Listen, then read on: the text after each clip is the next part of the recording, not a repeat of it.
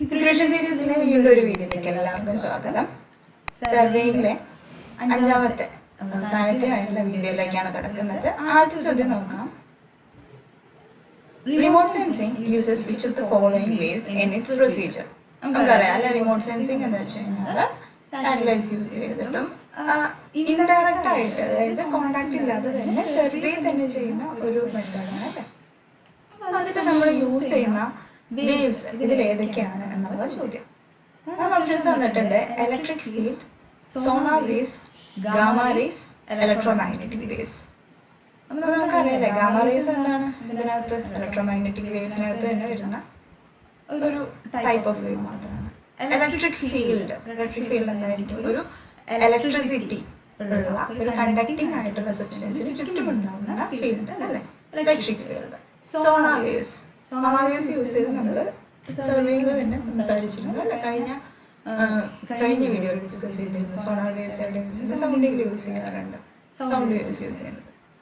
ഇത് മൂന്നുമല്ല. Answer option D, electromagnetic waves. Electromagnetic വേവ്സിന്റെ പ്രത്യേകത എന്തായിരിക്കും നമുക്കറിയാം അല്ലെ.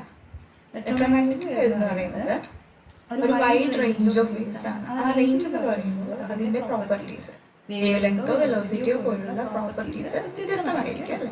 അപ്പൊ ആ ഒരു വ്യത്യസ്തത കൊണ്ട് തന്നെ ഡിഫറെന്റ് കണ്ടീഷൻസിൽ ഇലക്ട്രോമാഗ്നറ്റിക് വേവ്സിനെ നമുക്ക് അപ്രോപ്രിയേറ്റ് ആയിട്ട് യൂസ് ചെയ്യാനായിട്ട് സാധിക്കും.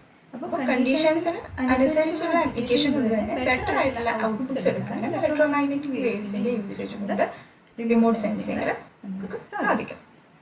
അടുത്ത ക്വസ്റ്റ്യനിലേക്ക് കിടക്കാം. Which of the following is not a principle of remote sensing for having good result of the desired output?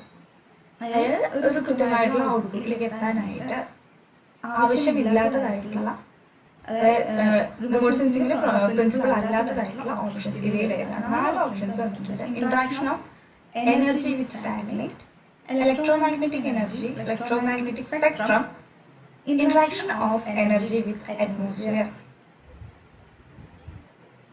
എന്തായിരിക്കും?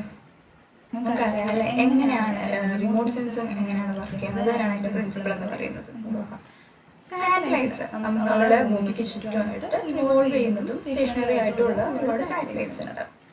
സാറ്റലൈറ്റ്സ് ഇങ്ങോട്ട് എമിറ്റ് ചെയ്യുന്ന ഭൂമിയിലേക്കോ അല്ലെങ്കിൽ അത് ഒബ്സർവ് ചെയ്യുന്ന ഫിസിക്കൽ ബോഡി എന്താണോ അതിലേക്ക് ഇലക്ട്രോമാഗ്നറ്റിക് സ്പെക്ട്രംസിനെ റേഡിയേറ്റ് ചെയ്യുന്നു, അയക്കുന്നു, സെൻഡ് ചെയ്യുന്നു. ആ ഫീച്ചർ അല്ലെങ്കിൽ ആ ഫിസിക്കൽ ബോഡി എങ്ങനെ ആ വേവ്സിനോട്, ആ സ്പെക്ട്രത്തിനോട് റെസ്പോണ്ട് ചെയ്യുന്നു എന്നുള്ളതിനെ ബേസ് ചെയ്തിട്ടായിരിക്കും സാറ്റലൈറ്റ്സിൽ അതിനെ പറ്റിയിട്ടുള്ള ഡാറ്റ സ്റ്റോർ ആകുന്നത്. ഉദാഹരണത്തിന് എർത്തിലേക്ക് വരുന്ന സ്പെക്ട്രം എർത്ത് സർഫസിൽ ചില ഭാഗങ്ങൾ അബ്സോർബ് ചെയ്യപ്പെടുന്നു, ചില ഭാഗങ്ങൾ അതിനെ റിഫ്ലക്ട് ചെയ്യുന്നു, ചില ഭാഗങ്ങൾ ഇത് റിസീവ് ചെയ്ത് സ്വയം റേഡിയേറ്റ് ചെയ്യുന്നു, അല്ലെങ്കിൽ സ്വയം റേഡിയേറ്റ് ചെയ്യുന്നതായിട്ടുള്ള ഭാഗങ്ങളുമുണ്ട്. ഇത്തരത്തിലുള്ള വ്യത്യസ്ത കണ്ടീഷനുകളിലേക്ക് വന്ന് പതിക്കുന്ന ഇലക്ട്രോമാഗ്നറ്റിക് സ്പെക്ട്രം അതിൽ നിന്നും റേഡിയേറ്റ് ചെയ്യുന്ന അല്ലെങ്കിൽ അതിന്റെ ഫലമായിട്ട് തിരിച്ചു പോകുന്ന ഇലക്ട്രോമാഗ്നറ്റിക് എനർജിയും ഇവ അറ്റ്മോസ്ഫിയറിലൂടെ ഉണ്ടാകുന്ന ഇവയുടെ ഇന്ററാക്ഷൻസ് ബേസ് ചെയ്തിട്ടായിരിക്കും റിമോട്ട് സെൻസിങ്ങിലൂടെ നമുക്ക് ഡാറ്റ കളക്ട് ചെയ്യാൻ പറ്റുന്നത്. ഒരു വളരെ ഡിസ്റ്റന്റ് ആയിട്ടുള്ള ഒരു ബോഡിയാണ് അല്ലെ ഈ പറയുന്ന ഒബ്സർവേഷൻ ഒക്കെ എടുക്കുന്നത്. ഇതെല്ലാം പ്രാക്ടിക്കൽ ആവുന്നത് ഈ കുറച്ച് പ്രൊസീജിയറിലൂടെയാണ്. നമ്മൾ ഈ സംസാരിച്ചത് കൂടാത്ത ഒരേ ഒരു സാധനം മാത്രമേ നമുക്ക് ഈ ഓപ്ഷൻസിൽ കാണാൻ സാധിക്കുന്നു അല്ലെ. Interaction of earth with satellite. Earth അല്ല, എർത്ത് ഡയറക്റ്റ് ആയിട്ട് ഏത് തരത്തിലായിരിക്കും സാറ്റലൈറ്റിനോട് ഇന്ററാക്ട് ചെയ്യുക? ഒരു മീഡിയം വേണം അല്ലെ. രണ്ട് ബോഡീസ് ആണ്, അതിനിടയ്ക്കുള്ള മീഡിയം എന്താണ്? അറ്റ്മോസ്ഫിയർ. അറ്റ്മോസ്ഫിയറുമായിട്ടുള്ള ഇന്ററാക്ഷൻ ഓഫ് എനർജിയുടെ അറ്റ്മോസ്ഫിയറുമായിട്ടുള്ള ഇന്ററാക്ഷൻ ആണ് വരുന്നത്. ആ 2 ഓപ്ഷനാണ് നമുക്ക് കൺഫ്യൂസിങ് ആയിട്ട് തോന്നുന്നത്. അതിൽ ഓപ്ഷൻ ഡി ആണ് പ്രിൻസിപ്പിളിൽ വരുന്നത്. അതുകൊണ്ട് തന്നെ നമുക്ക് ചോദ്യത്തിന് ഉത്തരം option A, interaction of energy with satellite. അടുത്ത ക്വസ്റ്റ്യനിലേക്ക് കിടക്കാം. Remote sensing involves certain principles which are applied for having a good result of desired output. കരുതുന്ന ഔട്ട്പുട്ടിന് നല്ല രീതിക്കുള്ള റിസൾട്ട് കിട്ടാനായിട്ട് ചില കാര്യങ്ങൾ ഉപയോഗപ്പെടുത്തുന്നു അല്ലെങ്കിൽ പ്രിൻസിപ്പിൾ ആയിട്ട് വരുന്നു. Electromagnetic energy, electromagnetic spectrum, interaction of energy with atmosphere. അടുത്ത question, the minimum number of satellites of satellite needed for GPS to determine position of a stationary object. Stationary object minimum number. ഈ രണ്ടിനും relevance ഉണ്ട്. അതായത് ഈ പറയുന്ന മിനിമത്തിലും കൂടുതൽ സാറ്റലൈറ്റിൽ ഉണ്ടാകുന്നതോടുകൂടി നമുക്ക് കൂടുതൽ അക്യുറേറ്റ് ആയിട്ടുള്ള പൊസിഷനിങ് സാധിക്കും. പക്ഷേ മാക്സിമം അക്യുറസിക്ക് വേണ്ട മിനിമം നമ്പറാണ് ചോദിച്ചിരിക്കുന്നത്. കണ്ടീഷൻ തന്നിട്ടുണ്ട് സ്റ്റേഷനറി ഒബ്ജക്റ്റ് ആണ്. കാരണം നമുക്ക് ഓപ്ഷൻസിൽ തന്നിരിക്കുന്നതിൽ 3, 4, 24 ആൻഡ് ഓപ്ഷൻ എ 2. ഏതായിരിക്കും ഇതിന്റെ ഉത്തരം? ഓപ്ഷൻ ബി അല്ലേ? അതാണ് ഞാൻ സ്റ്റേഷനറി ഒബ്ജക്റ്റ് എന്ന് സ്ട്രെസ് ചെയ്ത് പറഞ്ഞത്. സ്റ്റേഷനറി ഒബ്ജക്റ്റിന് അതിന്റെ സ്പേസിലുള്ള പൊസിഷൻ ഡിറ്റർമൈൻ ചെയ്യുന്ന വേരിയബിൾസ് എത്ര ഉണ്ടാവും? 3 കണ്ടീഷൻസ് ഉണ്ടാവുള്ളൂ അല്ലേ? സ്പേസിനെ ഡിഫൈൻ ചെയ്യുന്നതായിട്ടുള്ള കോർഡിനേറ്റ്സ് എന്ന് പറയുന്നത്. ഇതിന്റെ കൂടെ തന്നെ മൂവിങ് ഒബ്ജക്റ്റിന്റെ കേസിലേക്ക് വരുന്ന സമയത്ത് അതിന്റെ പൊസിഷൻ ചേഞ്ച് ചെയ്യുന്നു എന്നാണ് മൂവിങ് എന്നതിന്റെ തുല്യമായിട്ടുള്ള ഒരു വാക്ക്. അപ്പോൾ പൊസിഷൻ മൂവ് ചെയ്യുന്നത് റിലേറ്റിംഗ് അപ്പോൾ 3 കോർഡിനേറ്റ്സ് ആണ് ഒരു സ്റ്റേഷനറി ഒബ്ജക്റ്റിനെ ഡിഫൈൻ ചെയ്യുന്നത്. സ്റ്റേഷനറി ഒബ്ജക്റ്റിന്റെ പൊസിഷൻ ഡിഫൈൻ ചെയ്യുന്നത്. അതുകൊണ്ട് തന്നെ 3 നമ്പർ ഓഫ് സാറ്റലൈറ്റ്സ് ആണ്, 3 സാറ്റലൈറ്റ്സ് ആണ് അക്യുറേറ്റ് ആയിട്ട് സ്റ്റേഷനറി ഒബ്ജക്റ്റിന്റെ പൊസിഷൻ ഡിറ്റർമൈൻ ചെയ്യാനായിട്ട് ഒന്നിച്ച് പ്രവർത്തിക്കേണ്ടതായിട്ട് വരാം. അതേസമയം ഒരു ഒബ്ജക്റ്റ് മൂവ് ചെയ്യുന്നു എന്ന് പറയുമ്പോൾ അതിൻ്റെ അർത്ഥം എന്താ? അതിൻ്റെ position time to time with respect to time മാറിക്കൊണ്ടിരിക്കുന്നു എന്നുള്ളതല്ലേ. അപ്പോൾ നമുക്ക് 4ാമതൊരു വേരിയബിളും കൂടെ വരികയാണ് അല്ലേ, ടൈം. അപ്പം ഈ ഒരു വേരിയബിളും കൂടെ വരുന്നതോടുകൂടി മൂവിങ് ഒബ്ജക്റ്റിൻ്റെ പൊസിഷൻ അക്യുറേറ്റ് ആയിട്ട് ഡിറ്റർമൈൻ ചെയ്യാനായിട്ട് നമുക്ക് 4ാമതൊരു സാറ്റലൈറ്റും കൂടി അറ്റ്ലീസ്റ്റ് വേണം. ഇതൊക്കെ ലീസ്റ്റ് കണ്ടീഷനാണ്, മാക്സിമം അല്ല. 4 സഫീഷ്യൻ്റ് ആണെന്നല്ല, മിനിമം കണ്ടീഷൻസ് ആണ്. പിന്നെ അടുത്തായിട്ട് പറയുന്നത് the position of observer on ground is determined by an orbiting satellite. Stationary satellite അല്ല, ഓർബിറ്റിംഗ് സാറ്റലൈറ്റ് ആണ് മൂവിങ് ഒബ്ജക്റ്റിൻ്റെ പൊസിഷൻ ഡിറ്റർമൈൻ ചെയ്യുന്നത്. Atomic clocks are fixed in satellites. Relative ആയിട്ടുള്ള മോഷൻ ഡിറ്റർമൈൻ ചെയ്യാനായിട്ട് അറ്റോമിക് ക്ലോക്സ് ഈ പറയുന്ന ഒബ്സർവ് ചെയ്യുന്ന സാറ്റലൈറ്റ്സിൽ ഘടിപ്പിച്ചിട്ടുണ്ടാവും. Satellites എടുക്കുന്ന റീഡിംഗ് എന്ന് പറയുന്നത് സാറ്റലൈറ്റിൻ്റെ അപ്രസൻ്റ് ഉള്ള കണ്ടീഷൻ അനുസരിച്ച് 1 to 5 സെൻറ്റിമീറ്റർ ആക്യുറസിയിലാണ് ഉണ്ടാവുന്നത്. റിലേറ്റീവ്ലി ഒരു വളരെ വലിയ ആക്യുറസിയാണ് അല്ലേ. കാരണം സാറ്റലൈറ്റ് ഇവിടുന്ന് എത്രത്തോളം ഡിസ്റ്റൻസിലാണുള്ളതെന്ന് ആലോചിച്ച് കഴിഞ്ഞാൽ ഒരു 5 സെൻറ്റിമീറ്റർ മാക്സ് എന്ന് പറയുന്ന പോസിബിൾ എറർ അല്ലെങ്കിൽ ആക്യുറസി എന്ന് പറയുന്നത് ഒരു വളരെ വലിയ ആക്യുറസിയാണ്. Fourth question, GIS uses the following information from which of the following sources? Fourth question, GIS uses the information from which of the following sources? 4 options തന്നിട്ടുണ്ട്. Non spatial information system and spatial information system. എന്താണ് spatial and non spatial? Satellites observe ചെയ്യുന്ന spatial characteristics, spatial features അല്ലെങ്കിൽ information എന്തെല്ലാം ആയിരിക്കും? ഒരു പ്രദേശത്തിൻ്റെ geographical features, അതിൻ്റെ size, shape, location പോലുള്ള വിവരങ്ങളെയാണ് നമ്മൾ സ്പേഷ്യൽ ആട്രിബ്യൂട്ട്സ് അല്ലെങ്കിൽ സ്പേഷ്യൽ ഇൻഫർമേഷൻ എന്ന് പറയുന്നത്. അതേസമയം ഇത്തരത്തിൽ സൈസോ ഷേപ്പോ ലൊക്കേഷനോ ഒന്നും അല്ലാതെ വേറെയും കുറേ ഇൻഫർമേഷൻസ് ഗ്യാദർ ചെയ്യാൻ പറ്റും അല്ലേ. ഉദാഹരണത്തിന് വോളിയം, കൗണ്ട്, ടൈം പോലെയുള്ളത്.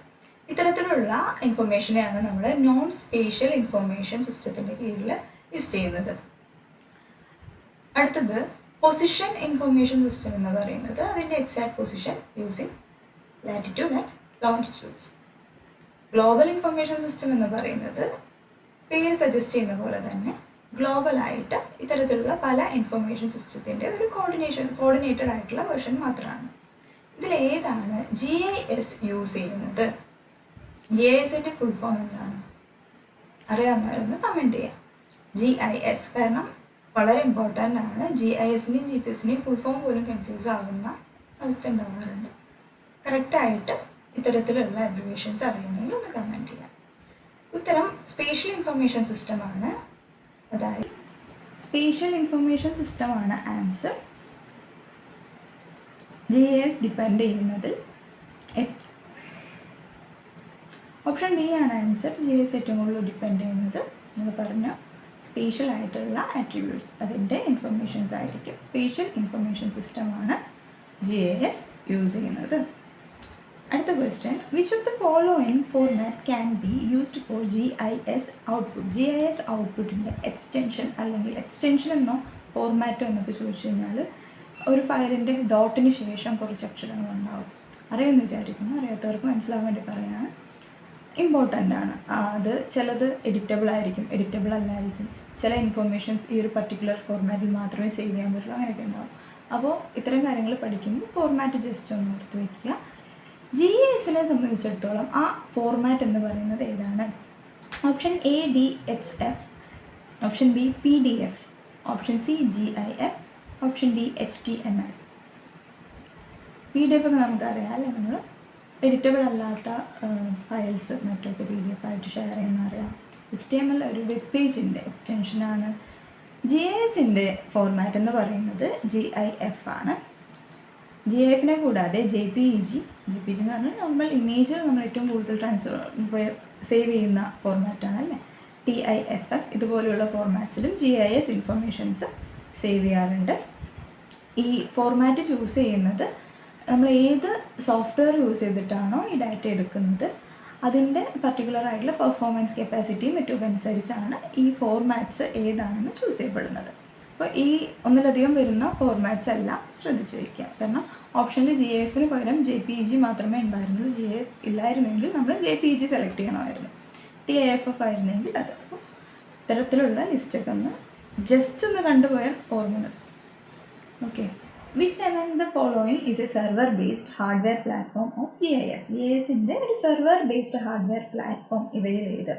4 ഓപ്ഷൻസ് തന്നിട്ടുണ്ട്. 4 നമ്മൾക്ക് അറിയാവുന്ന അല്ലെങ്കിൽ അറിഞ്ഞിരിക്കേണ്ട സോഫ്റ്റ്വെയർസാണ്. അതായത് ഉപയോഗിക്കാൻ അറിയില്ലെങ്കിലും ഇവയുടെ യൂസേജ് നമ്മൾ അറിഞ്ഞിരിക്കണം അല്ലേ. Option A Autodesk Revit, option B StaadPro. രണ്ടും സ്ട്രക്ചറൽ ഡിസൈൻ, സ്ട്രക്ചറൽ അനാലിസിസ് പോലുള്ള ആവശ്യങ്ങളിൽ ഉപയോഗിക്കുന്ന സോഫ്റ്റ്വെയർസാണ്. ചോദ്യം GISനെ ബന്ധപ്പെട്ട എന്നതാണ്. GIS എന്താണെന്ന് അറിയുന്നവർക്ക് അറിയാം, അവയും ഇതുമായിട്ട് വലിയ ബന്ധമില്ല. Option C ArcGIS. ArcGIS ഒരു ജിയോഗ്രഫിക്കൽ ഇൻഫർമേഷൻ ഇൻ്റർപ്രറ്റ് ചെയ്യാനുള്ള സോഫ്റ്റ്വെയർ തന്നെയാണ്. ഒരുപാട് യൂസസ് നമ്മളുടെ ലോക്കലി പോലും നമുക്ക് കേരളത്തിൽ തന്നെയുള്ള ഓഫീസുകളിൽ പോലും നമ്മൾ ഈ ജിയോഗ്രഫിക്കൽ ഇൻഫർമേഷൻ ഇൻ്റർപ്രറ്റ് ചെയ്യാനായിട്ട് യൂസ് ചെയ്തുകൊണ്ടിരിക്കുന്ന, കോമൺലി തന്നെ യൂസ് ചെയ്തുകൊണ്ടിരിക്കുന്ന ഒരു സോഫ്റ്റ്വെയർ തന്നെയാണ് ArcGIS. 2D മാപ്പുകളിൽ നിന്നും ബൗണ്ടറി സെറ്റ് ചെയ്യാനും ലൊക്കേഷൻസ് പോയിൻറ്റ്സ് ലൊക്കേറ്റ് ചെയ്യാനും സെറ്റ് ചെയ്ത ബൗണ്ടറീസിൻ്റെ ഏരിയ ഓർ വോള്യൂം കാൽക്കുലേറ്റ് ചെയ്യാനും മറ്റുമൊക്കെ വളരെയധികം യൂസ് ചെയ്യുന്ന ഒരു സോഫ്റ്റ്വെയർ കൂടിയാണ് ArcGIS. ഗൂഗിൾ മാപ്പ് എന്താ നമുക്കറിയാം അല്ലേ. നമ്മുടെ ചോദ്യത്തിൻ്റെ ഉത്തരം ഗൂഗിൾ മാപ്പാണ്. Server based hardware platform of GISിലെ ഇൻഫർമേഷൻ യൂസ് ചെയ്ത് വർക്ക് ചെയ്യുന്ന ഒരു സെർവർ ബേസ്ഡ് പ്ലാറ്റ്ഫോം തന്നെയാണ് ഗൂഗിൾ മാപ്പ് എന്ന് പറയുന്നത്. ദിവസേന നമ്മൾ ഉപയോഗിക്കുന്ന ഒരു സോഫ്റ്റ്വെയർ, ഒരു പ്ലാറ്റ്ഫോം കൂടിയാണ്, നമുക്ക് അറിഞ്ഞിരിക്കും.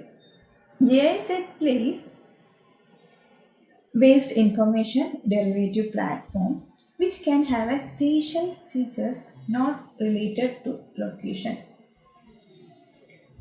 There are certain platforms which can have the ability to access the GIS interface. അതായത് GIS എന്ന് പറയുന്നത് ഒരു place or location based information derivative platform. Place or location data derive ചെയ്യാനായിട്ടുള്ള, എക്സ്ട്രാക്ട് ചെയ്യാനായിട്ടുള്ള ഒരു പ്ലാറ്റ്ഫോം തന്നെയാണ് GIS എന്ന് പറയുന്നത്. സ്പേഷ്യൽ ഫീച്ചേഴ്സ് എന്ന് പറയുന്നത് ലൊക്കേഷനുമായിട്ട് റിലേറ്റ് ചെയ്യാത്തതുമായിട്ടുള്ള സ്പേഷ്യൽ ഫീച്ചേഴ്സ് ലൈക്ക്. അപ്പോൾ ഇത്രയാണ് നമ്മൾ ഇന്ന് ഡിസ്കസ് ചെയ്യാനായിട്ട് ഉദ്ദേശിച്ച ഭാഗം. Thank you for watching. Follow ചെയ്യുക, സംശയങ്ങൾ ഡിസ്കസ് ചെയ്യുക. ഇതാണ്.